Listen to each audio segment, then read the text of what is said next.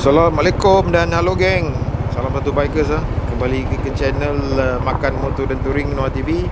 Seperti biasa channel aku ni untuk memujuk abang-abang yang di luar sana. Meringgut lah. Luar sana untuk menceburi dalam motosikal touring. Jangan lupa share, like dan subscribe lah. Makan Motor dan Touring. Ni aku sebenarnya nak pergi bukan off-road ni. Aku nak pergi cari tasik kat tepi taman botani ni. Ada satu tasik semula jadi ni yang orang aku nak buat review sikit lah dekat tasik tu. Pemandangan cantik tu, tapi tengoklah jalan macam ni lepas hujan malam ni kot. Ayak ni lah. Dalam kan ni ayak ni. Aku ingat kena check kejap dulu ayak. Takung ni semalam hujan kan. Aku nak pergi cari ada tasik tu, ada cantik tu, nak buat sikit lah. Aku nak cerita sikit tentang ni motor, pasal ada lah lagi apa tengok dan nak cerita lah pasal motor touring baru tahun 2020. Dalam ni ni ayak ni patah lepas ni, berlumpur ni. Tayar aku bukan jagung Sabar, kita patah balik.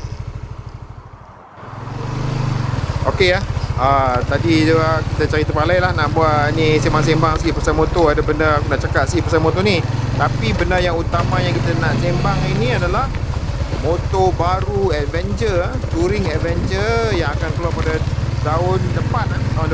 Aku akan tengahkan 2 biji motor, iaitu MT 450 MT dan juga NX 500X Okey, jom kita pergi review Baiklah, seperti yang macam aku cakap tadi, baru-baru ini dalam 2-3 minggu lepas lah, ada satu pameran di Itali, Milan, EICMA, di mana pameran ini syarikat-syarikat pengeluar motosikal gegasi dunia mengeluarkan motosikal mereka, mempamerkan motosikal mereka, mengetengahkan konsep-konsep baru, future bike, future motosikal dan sebagainya.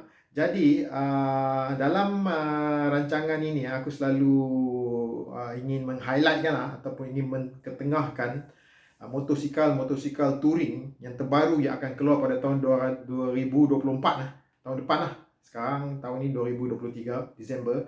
Okey, motor yang aku nak ketengahkan ni adalah MT450 daripada CF Moto dan NX 500 NX 500 daripada Honda. Dan kedua motosikal ini adalah motosikal middleweight. Middleweight tu kelas pertengahan, di mana satu daripada CF Moto, nanti kita cerita sejarah CF Moto, dan satu lagi daripada Honda lah. Betul lah, Honda ni syarikat Jepun dan syarikat China.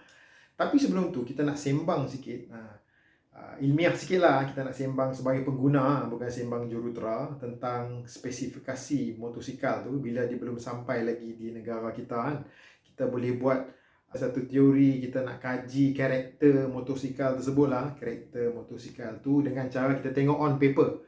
On paper tu kita tengok dalam kertas lah, spesifikasi. Dan hari ini kita nak highlight sikit tentang bore and stroke. Bore and stroke. Okay, bore tu apa dia, stroke tu apa dia, spesifikasi motosikal yang dia selalu tulis dalam katalog tu lah, kalau apa tengok. Jadi bila kita buat sikit kajian sebagai pengguna nak buat decision making ataupun keputusan membeli, kita ada sikit study. Kita taklah terracun dengan member-member. Sebenarnya member tu dia racun kita bukan jahat. Dia racun kita tu nak cari geng ramai-ramai. Jadi bila berlaku sebalang masalah rosak, geng lah sama-sama together menghadapi masalah tu.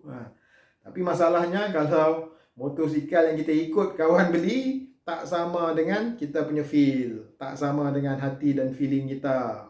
Tu jeng. Sebab dah tahu hati naik kan, boring je, bukan motor aku, terikut kawan. So untuk mengatasi masalah tu, kita ada sedikit lah buat macam satu background study lah orang kata. So bore and stroke, kita nak tengok apa itu bore and stroke. So di dalam katalog ni selalu kita ada bore and stroke. Apa itu bore? Bore tu adalah diameter, panjang, size piston kita. Piston ni adalah yang duk kayuh kita punya crankshaft tu lah, macam kayu basikal lah. Piston tu kaki manusia, kayu basikal lah. Macam aku duk cerita pasal basikal sebab nak bagi senang faham, betul je kan. So piston punya diameter, besar dia. So, berapa panjang diameter dia tu, stroke tu lejang berapa jarak di antara top dead center ataupun bottom dead center, jarak dia tendang tu, jarak dia kayuh tu, jarak dia kayuh. So, ball and stroke ni memainkan peranan dengan menentukan apa? Menentukan kita punya engine karakter lah. Secara teori lah, kita ambil secara teori tu, maksud kata benda lain kita abaikan lah. Kita ambil tahu stroke ball dengan stroke. Jadi, di dalam ball and stroke ni, kalau hamba tengok, aku nak concentrate on stroke dulu, lejang. So, lejang ni adalah penggerakan jarak. So, apa yang efek dia ataupun kesan dia ke atas kita punya karakter tu apabila stroke dia panjang. Okay, stroke yang panjang, dia melibatkan torque. Apa itu torque? Kalau hamba ingat, daya kilasan. Daya kilasan ni nak faham senang. Hampa ambil spanner ni, tengok ni. Tapi bila hampa pulas ni, nampak? Akan berlaku daya kilasan sini, torque. Sini, tengok. Daripada macam terkilas, terhenjut-henjut. Ni dinamakan torque lah. Kalau hampa pulas daripada sini, okay, kalau hampa jarakkan sikit, dia punya torque dia, pulasan dia tu, kilasan dia tu akan menjadi lebih tinggi. So, dia terhenjak-henjak, dia ternaik-naik, pick up dia lagi tinggi lah. So, torque tu tadi tu yang kita cerita tu, kalau hampa panjangkan jarak, nampak ni, panjangkan jarak ni, panjangkan lejang ni kira. So, hampa tarik tangan daripada sini, lagi dia punya Newton meter tu tinggi lah. So, itu senang nak faham dia punya torque berlaku di sini tu, pick up. Jadi, apabila stroke yang panjang, dia akan membuatkan torque yang kuat lah, Newton meter dia terhenjut-henjut, terlonjak.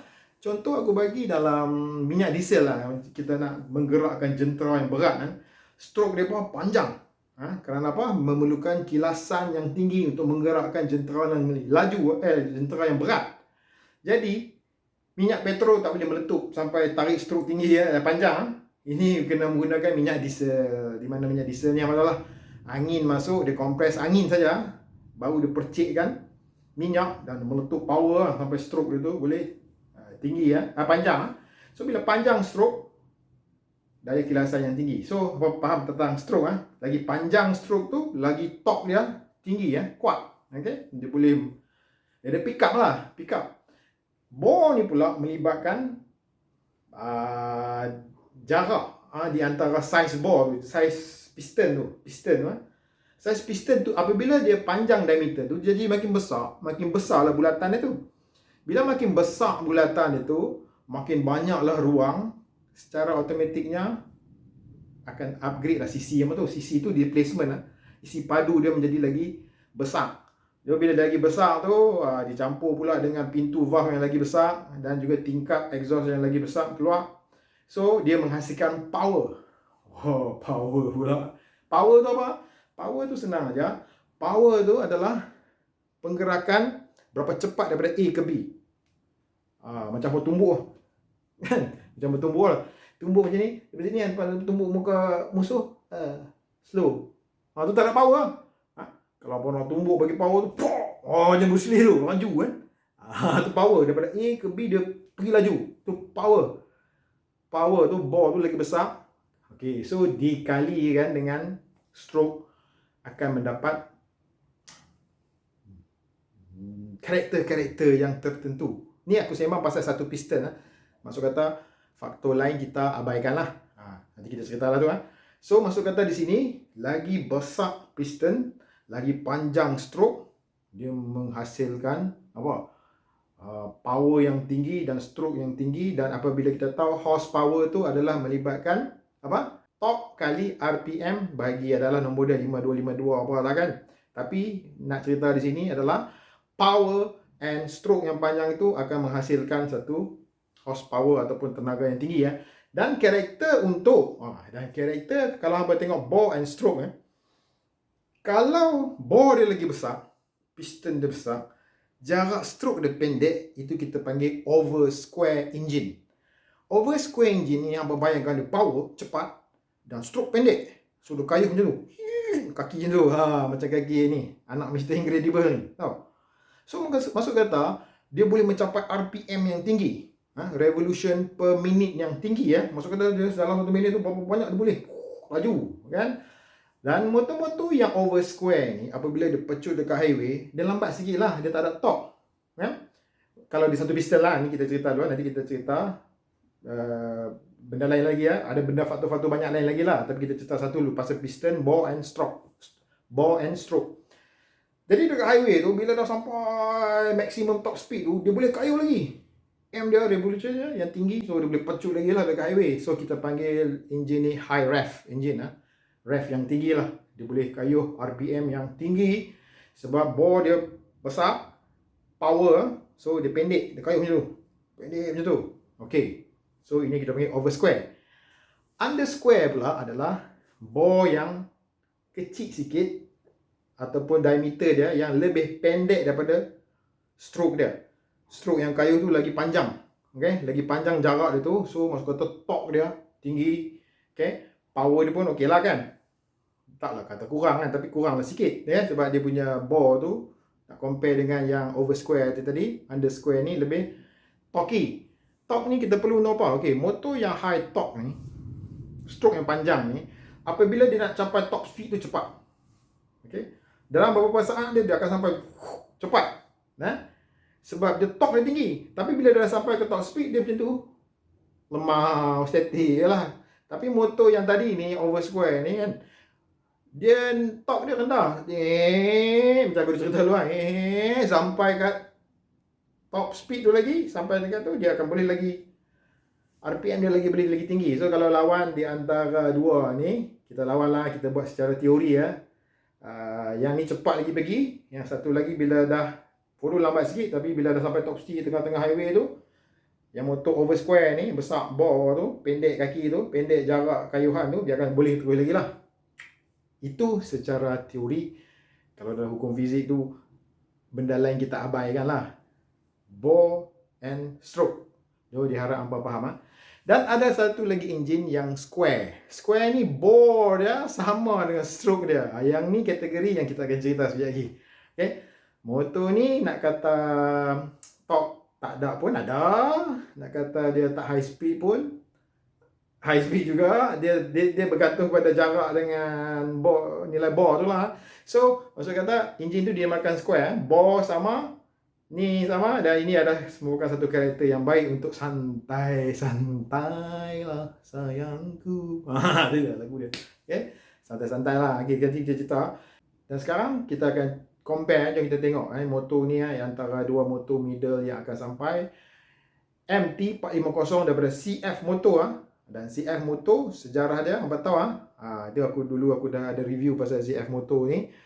Sejarah dia dulu apa? Sebelum dia buat motor ni, CF Motor ni daripada China.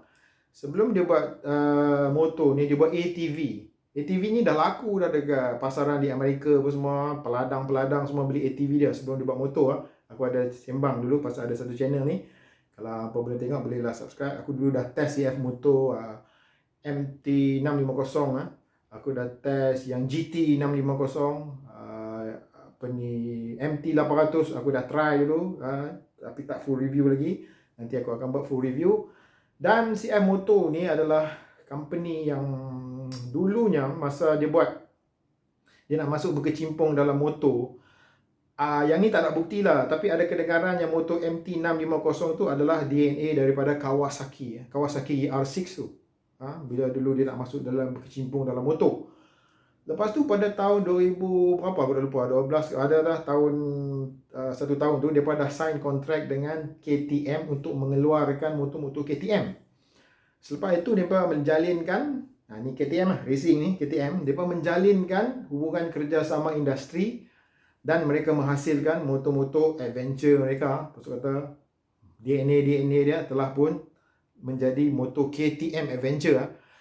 So jangan main-main motor CF Motor kadang-kadang kita pandang rendah motor China ni, tapi sebenarnya dia kahwin dengan siapa tu, kita tak tahu siapa dia punya company yang dia buat joint venture ataupun usaha kerjasama teknologi. Dan juga baru-baru ni juga mereka telah pun, CF Motor pun telah sign dengan Yamaha. Dia buat kerjasama lagi dengan Yamaha. Dan pada pendapat aku dan pada pandangan aku, mereka bekerjasama ni untuk motor dia. Daripada masuk MotoGP, Moto3 kot. Tapi maybe mereka nak buat kerjasama dengan Yamaha ni, mereka nak masuk MotoGP lah kot. So apabila syarikat motor ni masuk MotoGP, mereka punya makam tu dah naik. Mereka punya taraf tu dah naik sebab mereka dah masuk dalam bidang R&D. Lumba-lumba motor, Moto3, Moto2, MotoGP ni kan. So maksud kata dia dah standard tinggi CF Moto walaupun daripada China. So itulah sedikit tentang CF Moto kalau hampa yang mana yang belum tahu, so tolong subscribe Makan Motor dan Touring. Boleh juga tengok channel aku yang dulu. So kembali kita kepada motor 450 MT ni. Kalau hampa tengok ni spek dia pun, ni aku tunjuk spek dia kalau hampa tengok motor ni 450 MT di mana dia punya CC displacement 449, kita tengok di sini. Okay, double overheaded camshaft Dodge, dan wheelbase dia 1505 mm. Maksud kata panjang. Okay, ground clearance dia 220, tinggi sikit. Walau bagaimanapun dia punya seat height 820 mm dan boleh direndahkan menjadi 800 mm, boleh rendah. Okay. Dan dia ada 5 inci lah TFT display, semua full LED kan. Dan tayar dia adalah 21 di depan, besar sikit dan adalah 18 di belakang. Okay, besar juga, bukan 17, 18. So kata patch and contact dekat surface itu banyak, very good lah, bagus. Dan dia punya suspension fully adjustable, depan belakang. KYB, upside down fork 41 mm yang boleh gerak. So maksud kata di sini kalau yang KTM dia pakai white power tu, WP tu, tapi ni dia pakai KYB. Kira okey spek dia. Dan juga transmission dia ada 6, dan dia punya minyak, kapasiti minyak dia 17.5 liter. Okey, 17.5 liter. Okey. Dry weight dia ringan 175 kg. Okey, dan dia boleh mencapai torque 44 Nm pada 6250 rpm dan juga power, horsepower dia 43.6 horsepower at 8000 rpm. Okey, so dia didatangi oleh dua color. Satu color yang macam ni adalah biru putih dengan ada stripe sikit ni, color pink ke merah ke tak tahu ni. Dan satu lagi color kelabu dan stripe kuning. Dan motor ni ada traction control. Alright, okay. Dia ada slipper clutch dan juga dia ABS, 2 channel, switchable. Maksud kata boleh on off. Maksud kata main off-road tu boleh off. Okay. Dan maksud kata di sini dia juga ada phone connect. Phone connect tu macam dia ada hubungan, kita boleh connect phone kita dengan dia punya display tu lah. Dan paling mantap sekali motor ni adalah 270 degree crankshaft dia susun. Okey. Dan juga kita tengok bore and stroke. Mari kita tengok bore and stroke dia.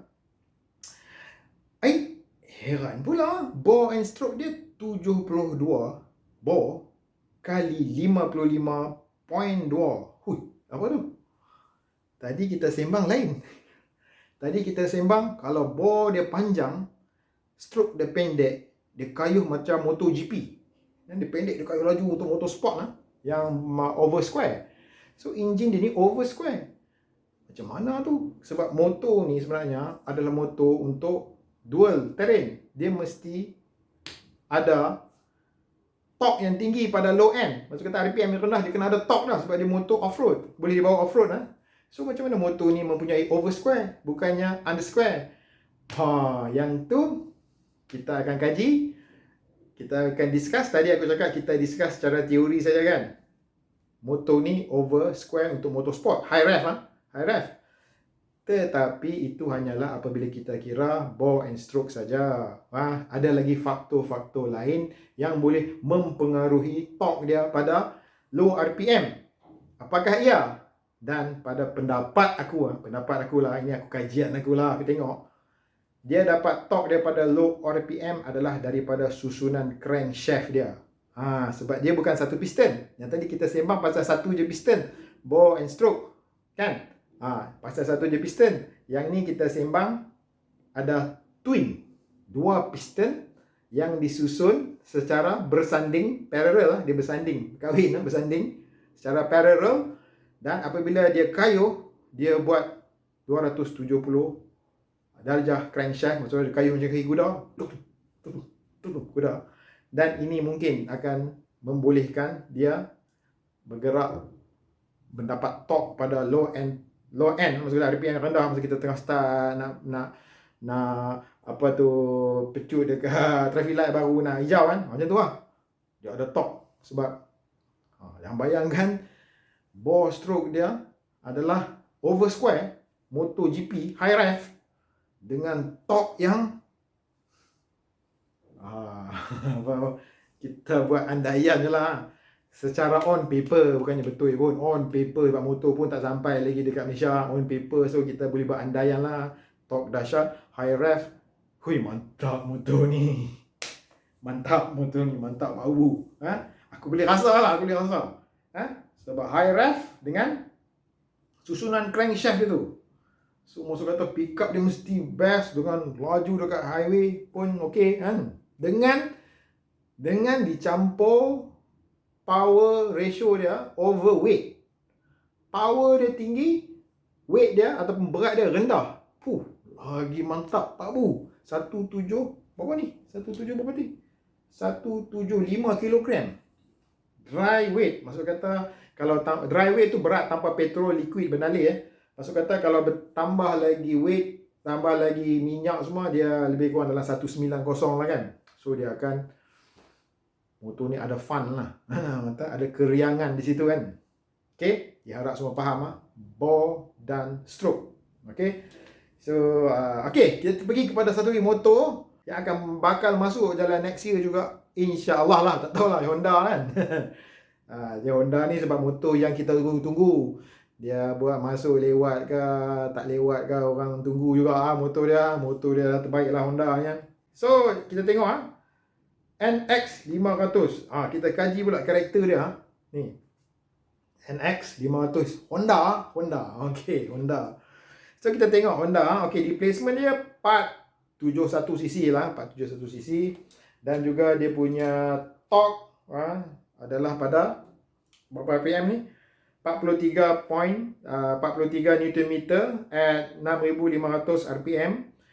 Power dia 47 horsepower at 8600 RPM. Dan dia Dodge double overheaded camshaft dan 6 speed. Dan berat dia ada berat sikit, adalah 196 kg. Dia punya dry weight campur 200 lebih kot. Dan fuel capacity dia lebih kurang 17.5 liter. Dan juga ground clearance dia agak rendah sikit daripada motor CF tadi, 180 mm. Wheelbase dia pendek sikit, 1445 mm. Tayar depan 19, okay, standard untuk touring ini, taklah besar sangat. Dan juga 17 di belakang. Dan juga seat height dia tinggi sikit, 830. Dan aku tak tahu dia fully adjustable ke tak. Okay, kalau kita tengok motor ni pun didatangi dengan traction control, tapi dipanggil Honda Selectable Torque Control. Dan dual ABS dan sebagainya lah. Okay, so motor ni yang tengok memang mantap motor ni. Motor ni pun mantap sebab aku tengok dia punya dashboard display dia tu. Cantik dia punya Honda ni, dia punya dashboard, dia punya display instrument tu cantik. Sebab itu yang benda yang kita duk tengok bila kita touring kan. Duk tengok. Okay, dan tengok, mari kita tengok dia punya bore and stroke dia. Okay, bore and stroke dia, enjin dia parallel twin, sama, letak bersanding Tapi kalau hampa tengok bore and stroke dia, adalah 67 mm bore dia kali 66.8 mm. Maksud kata dia punya bore dia tu dengan stroke dia tu hampir sama, hampir square. Tadi yang panjang bore, yang besar bore, pendek kita make over square. Panjang stroke, pendek bore adalah under square. Yang ni adalah over square sikit lah, tapi dia almost square. Apa itu engine square ni? Okay, engine square ni dia pun panjang dia punya torque tu, dia torquey. Tapi bukan untuk berlumba lah, bukan untuk menang bukan apa. Memanglah dia punya karakter ni untuk touring square ni. Motor Honda ni kalau hangpa tengok memang banyak menghasilkan square. Contohnya aku ada satu lagi motor lah. Motor yang aku bawa, my working horse. Every day to work aku bawa motor RS 150R. Tengok. Ni dia motor hakiki aku motor RS 150R. Motor aku bawa pergi kerja, buat urusan macam-macam lah. So motor Kapcai ni adalah haruslah. Dan motor ini juga adalah legend. Legend motor touring sebenarnya. Tapi aku tak buat touring ni lah, sebab motor ni aku bawa pergi kerja, tak nak aku modi apa-apa pun. Legend maksud kata ada satu couple tu, dia pergi sampai ke Europe bawa motor ni. Sebab apa motor ni? Practicality dia tersangat tinggi. Kita boleh repair dengan tangan kita sendiri. Dan inilah dia motor. Bila dah nantilah ada extra money to do nothing tu, tak tahu nak buat apa, aku nak buat ubah suai touring lah, touring. Jadi motor ni aku nak review sikit saja. V1 tapi kita nak cerita pasal bore and stroke mana. Okey. Tapi nak review sikit. Motor ni V1 tahun bila aku 2018 V1 sekarang dah V2 dan motor ni legend sekali. Dia ada kickstarter tu aku simpan dia tu. Yang V2, V3 tu tak ada kickstarter. Dan harapan aku motor ni aku simpan nak buat collection, boleh jadi macam RZ dia boleh jadi collectible item lah. So aku jaga motor ni elok. Semua standard lah, semua standard. Cuma hari tu dulu ada masalah apa tu, oil fuel pump dia tak apa kuat, dah tukar dengan dia punya tensioner dan sebagainya lah. Itu zaman dulu punya cerita lah. V1 sekarang V2, V3 semua dah handsome Dan aku nak cerita sikit bagi abang-abang yang belum pernah main motor Kapcai dulu-dulu lah punya cerita ni dia pun ada modifikasi sikit So modifikasi yang ada kena-mengena dengan kita nak sembang hari ni itu bore dan stroke. Okey, apa bore dan stroke? Modifikasi tu ada banyak lah sebenarnya. Ada standard modi, modifikasi sepenuhnya, dia tukar head tu semua kan. Okey, tu nantilah cerita. Dan apa yang aku nak cakap dekat sini, dia punya kalau orang modify orang modify motor ni, bawa pergi tak tahulah mana-mana, lumba ke apa ke. Entahlah, apa orang kata, orang duk kaitkan motor Kapcai dengan marempit lah. Sebenarnya dulu kita panggil zaman saya tu, dia pergi lumba haram aja. Kita lumba tiang lampu tu, berapa jauh boleh pi berapa cepat boleh pi tiang lampu lah. Tapi sekarang ni dah macam-macam dia lumba tiang lah, drag lah tu, drag main angin lah, siapa boleh wheelie lah, wikang sampai tinggi lah, macam-macam lah. Budak-budak sekarang kreatif Tapi pesanan sikit daripada Najah, pesanan sikit untuk adik-adik di luar sana yang rempit-rempit tu, abang faham kita ni ada satu fasa yang darah panah fasa kegelapan orang panggil tu So abang doakan adik-adik semua cepat matang dan abang faham benda ni darah panah mula-mula kita ni kan, kita nak rumba apa semua ni lah kan. Tapi abang tak fahamnya ada yang dah tua-tua tu masih duduk rempit gitu. Dan abang-abang yang tua di luar sana yang masih duduk rempit lagi tu, diharapnya bolehlah kita tukar jadi touring pula. So apa modifikasi dia dalam motor Kapcai ataupun underbone moped dia panggil ni So ada kena-mengena dengan bore and stroke yang kita nak bincangkan tu. Okay, standard datang motor engine ni square seperti kita kata-kata di square 57 lah dia punya blok dah besar tu. So lejang dia lejang. Bore and stroke. Jadi kalau nak modi untuk touring ni, mungkin kita nak bawa benda-benda berat, kita bermain dengan lejang. Panjangkan lejang dan itu kita panggil, dia panggil jack rod jack rod tu dia offsetkan sikit, dia panjangkan sikit rod kita tu.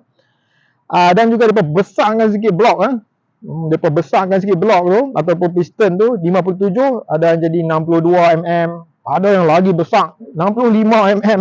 Maksud kata lagi power lagi situ kan. Maksud kata kita dah naikkan cc dia 149 cc, 150 cc, dah naiklah cc dia sebab isi padu tu kan. So itulah bore and stroke. So untuk Kapcai ni kita boleh dia tak ada faktor lain, dia semua satu piston. So kita bolehlah bore and stroke dia. Okey, jadi yang macam aku cakap tadi, tukar dia pun besarkan sikit dia punya blok tu lah. Bila besarkan blok tu, head pun dia pun kena besarkan lah. Tapi ada yang standard modi yang aku kata tadi, dia pun tak besarkan, dia pun tak tukar head lah. Dia pun just buat porting untuk intake angin exhaust keluar. So maksud kata, lejang, bore and stroke. Itulah dia punya orang kata apa? Ni sikit dia punya sikit informasi tentang bore and stroke Jadi motor ni seperti kata memang legend So motor ni aku buat collection, nanti kita tukar touring ke apa. Nanti-nantilah, aku belum cadang lagi sebab motor ni bawa pergi cari makan Jangan duk modi sangat. Motor hakiki Kadang-kadang orang modi tu zaman sekarang digunakan teori yang betul, teori fizik, teori semua yang betul, ditokok tambah sehingga menjadi karut, kurafat, lingkup habis motor So maksud kata ada kat sini, biarlah motor ni standard saja. So jadi okey, kita kembali kepada NX 500X Betul tadi. Itulah sebab sikit motor aku bawa pergi kerja. Tu motor cari makan Jangan kacau motor tu. Remain standard. Ni kita sembang pasal motor touring. Tapi motor tu adalah motor paling legend untuk kita bawa touring seperti aku katakan tadi. Okey. Jadi motor ni kita nak tengok dia punya karakter lah kan. Kita kaji sendirilah. Maksud kata kita buat andaian lah. Motor pun tak sampai lagi kan. Kita pun test ride pun boleh ke tak boleh, skala pun tak tahulah. Dekat Malaysia ni nak test ride okey lah, ada yang bagi ada tu beli-beli agak-agak je lah, bantai je lah kan. Tapi lah tak apalah, kita buat secara kajian sendiri. Kalau abang tengok motor ni square, torque pun ada, taklah mantap sangat, taklah tertoki-toki sangat, dan dia punya speed pun ada kan. So dia kata dia touring santai je, dan dia disusun aku rasa dalam 180 180 tu. Maksud kata inilah enjin yang paling best sekali untuk kita bawa touring lah. Dia lembut, smooth kan. Enjin square ni lembut, smooth, boom. Macam tu kan. So kita andai lah motor ni Dan motor ni kalau aku tengok lah, ini pada pendapat aku bukannya betul ke tak. Pendapat aku, motor NX 500 ni dia juga dikenali sebagai crossover. Crossover ni dua alam bukan dua alam ni lain. Bukan dua alam, dua terrain masuk kata dia boleh off-road pun boleh, jalan raya berturak pun boleh. Tapi dua-dua tak power lah. Bukan tak power, kalau hampa nak power off-road ni, dia kena tamper aja satu piston tu, motocross tu. Itulah secara terus terang di hati aku. Itulah secara terus terang je aku rasa paling power kalau off-road ni satu, tamper aja, piston satu tu, bore besar, bagi tu. Senang, motocross kan. Tapi ni kita main crossover. Crossover ni dua-dua boleh lah. Nak masuk dusun boleh, nak pergi highway pun boleh. Tapi motor NX 500 ini, aku banding dengan MT 450 tadi tu. Motor NX 500 ni adalah ke arah highway sikit. Nampak macam highway ni, berat, nampak macam padu bila di atas highway. Dan juga off-road pun boleh. Jadi aku rasa MT 450 dibandingkan dengan NX 500 ni, aku rasa di pasaran Malaysia yang banyak highway ni, aku rasa motor NX 500 ni laku lagi kot. Aku rasa lah. Tapi tak tahulah, Honda ni kadang Honda ni dia macam agak di Malaysia, not global issue tak tahulah lepas ni orang Honda dengar agak lambat sikit dia masuk. Model baru dia dah lambat, dia habiskan model lama dulu, dia lambat sebab dia tahu kita tunggu dia. Dia jual mahal sikit. Macam CF Moto ni kalau dia masuk, aku rasa kalau masuk pasaran dia mesti agresif.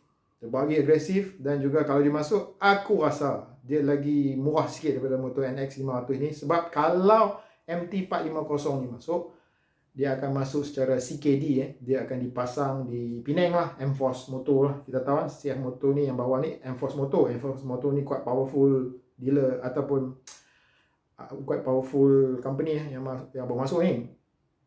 Mana kata NX 500 ni yang baru masuk, Honda baru masuk, secara CBU seketul-seketul agak akan jadi lebih mahal sikit lah Tapi NX 500 ni ke arah, aku rasa akan laku lah. Ni aku punya pandangan dan juga projection aku lah. Dia lebih ke arah highway, incline towards kita punya pengguna. Tapi personally aku ni seperti yang aku dah sembang dulu, jalan utama aku adalah persekutuan atau jalan kampung. Jalan pintas aku adalah highway. Highway ni memang aku jarang pakai. Aku naik motor cruising ke touring highway aku mengantuk. Macam tu kan, pandai kapal sawit boring sikit lah highway. So aku suka guna jalan kampung. Pak masjid lepak-lepak kena cendol, usah sana sini kan, jalan-jalan kan. Motor rosak pun ada parking tepi tu boleh orang tolong kan. Aku suka pakai jalan kau. Pada aku, taste aku, feeling aku, mungkin aku suka lagi yang CF motor tu lah, MT 450 tu lah. Aku rasa lagi kena, lagi kena. Tapi jaga-jagalah orang yang kadang-kadang ni dia suka highway kan, dia suka laju dan ni kan, nak comfort, best riding, cruising, ambil lah NX 500 ni kan. Tu kita tahu karakter tu, kita kaji karakter kita, baru kita buat keputusan membeli. Yang tadi aku cakap je pun on paper jangan ni lain, mungkin lain. On paper tu kita ada kertas je, ada spek, kita kaji-kaji, buat andaian sini, tanya mekanik sana sini, dan kita buat keputusan membeli. Jangan ikut kawan. Itu dia. Jangan teracun. Jadi itulah dia untuk kali ini. So diharap abang-abang di luar sana jangan lupa share dan subscribe Makan Motor dan Touring. Jadi kita akan pergi Kuala Lipis. Tengok apa yang aku memburu di Kuala Lipis. Alright. Ciao. Inilah Museum Kuala Lipis. Sini merupakan rumah lama SUK, yang mana di sinilah rumah bekas Perdana Menteri kita Najib Razak. Seri Najib Razak dibesarkan, rumah tu Razak 1920. So telah dijadikan museum. Rindu juga bosku, ni rumah bosku dilahirkan. Dan museum ini dia RM1 lah, RM1. 50 sen tu kanak-kanak 5 kupang anak. So boleh datang tengok museum, kaji balik sejarah Kuala Lipis, bandar yang bersejarah. Okey. Jadi ini dia yang aku nak memburu ni, nasi kebuli. Asal dia di Kuala Lipis. Asal usul dia dihidangkan untuk raja datang untuk bersantap, adalah sejarah dia. Ini aku nak memburu. Makan nasi kebuli kapung ada macam lah, boleh keladi kemahang ada. Tapi aku tak berjaya, rupanya nasi kebuli ni adalah disediakan dalam kenduri kendara je di Kuala Lipis, walaupun dia asal di sini. Dan tengok dia ni barang-barang lama, barang-barang dapur lama, kuih cara buat tu, klasikal. Dan inilah dia kita nak memburu heritage, warisan, masakan warisan. Dan tak dapatlah pula gagal misi aku kali ni. So ini dah kemahang sambal belimbing hitam. Nanti kita repeat balik dia kata dekat Raup ada nasi kebuli. Nanti aku kita try nasi kebuli. Aku tak pernah try nasi kebuli ni. Malangnya di Kuala Lipis ni tak ada jual macam restoran lah. Ini cuma masakan yang khas untuk kenduri kendara je. Jadi bikers yang berasal daripada Kuala Lipis tu, kalau ada kenduri jemput lah aku no. InsyaAllah aku mai. Ni nak rasa ni nasi kebuli ni. Teringin kat ni. Alright, tak apalah, gagal misi kali ni. Jadi kita ronda-ronda dekat museum lah. Kita pergi cari makan.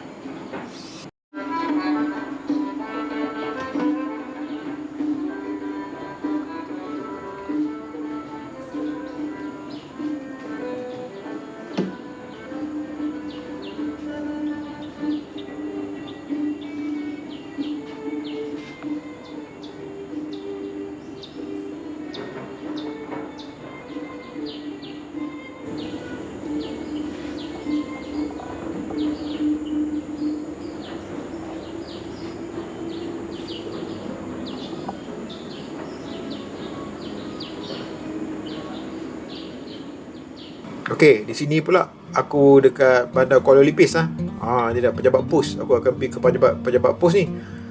Pejabat pos. Bandar Kuala Lipis ni dia terbelah dengan stesen kereta api Sebelah sini yang ada ni bandar lama, belah sana ada masjid tengah-tengahnya stesen jalan kereta api.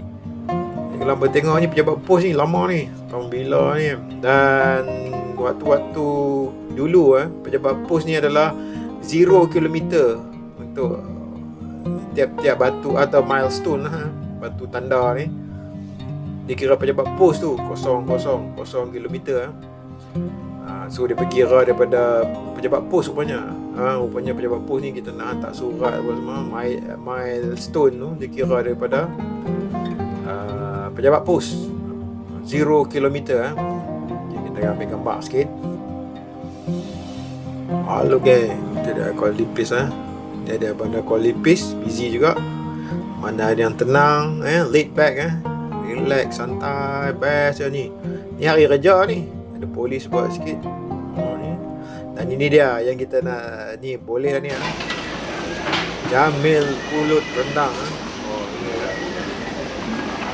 Itu legend ni tempat ni. Tahun 80-an lalu ni. Belum lagi ya. Jom kita review sikit. Jamil Pulut Rendang ni. Legend ni je. Ada bikers boleh datang. Okay, jom review. Okay, Assalamualaikum dan halo geng. Kita berada di Kuala Lipis Kuala Lipis di Jamil Pulut Rendang. Ini memang famous Semua datang makan ke sini. So aku recommend siapa yang ada geng-geng bikers boleh datang di sini. Parking pun ada banyak dan di sini menurut owner speciality dia ni rendang rendang ni dengan pulut. Tapi pulut aku dah habis, aku datang lambat ni. Dia pun buka start daripada pukul 6.30 pagi. Pulut dah habis, tak apa kita makan dengan nasi lemak pun okey. Speciality dia pun juga nasi lemak. Dan restoran ni menurut owner dia ada generasi kedua. So bapak dia punya sejak daripada tahun berapa pun tak tahu, tapi yang generasi kedua bermula pada tahun 1974. Bayangkan. Bismillahirrahmanirrahim. Makanlah.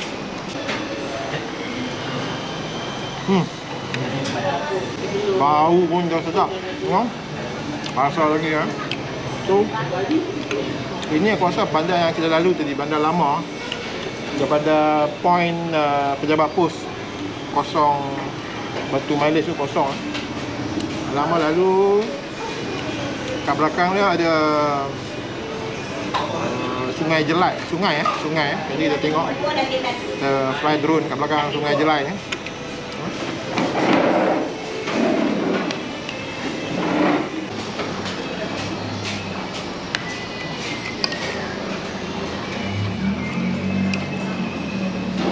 Jadi aku tanya dia pun masak lebih kurang dalam 4 jam 4 atau 5 jam rendang ni ya. Power kan datang breakfast. Rasa petang lepas tutup.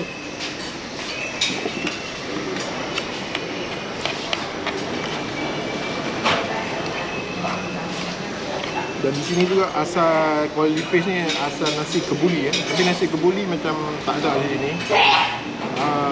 Dia ni disediakan untuk jamuan-jamuan kenduri kendara baru ada nasi kebuli Yang nak jual secara komersialnya adalah di Raub kan? Tapi dekat Kuala Lipis ni sebenarnya asal nasi kebuli tu di sini, di Kuala Lipis Tapi dia merupakan santapan yang special. Dia susah nak cari kedai yang mainly jual nasi kebuli lah. So nanti kita akan stop dekat Raub. Ada satu nasi kebuli kat situ Tapi asalnya di sini sejarah yang seperti aku terangkan tadi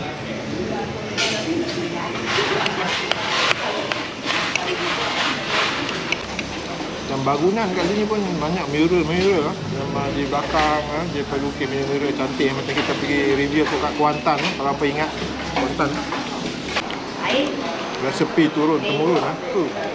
Power geng. Nampak pun relax. Habis aku makan licin So balik jom kita jalan ronda-ronda ke daerah Lipis ni Kuala Lipis. Okay. Di sini masjid lama. Masjid ni di tepi Sungai Jelai Kalau apa ingat aku yang pergi ke Kuala Tembeling ni ingat tak? Kita pergi Kuala Tembeling, hulu Sungai Pahang bertemu dengan Kuala Jelai. Di sini hulu Jelai dia akan bertemu dengan Kuala Lipis, Sungai Lipis.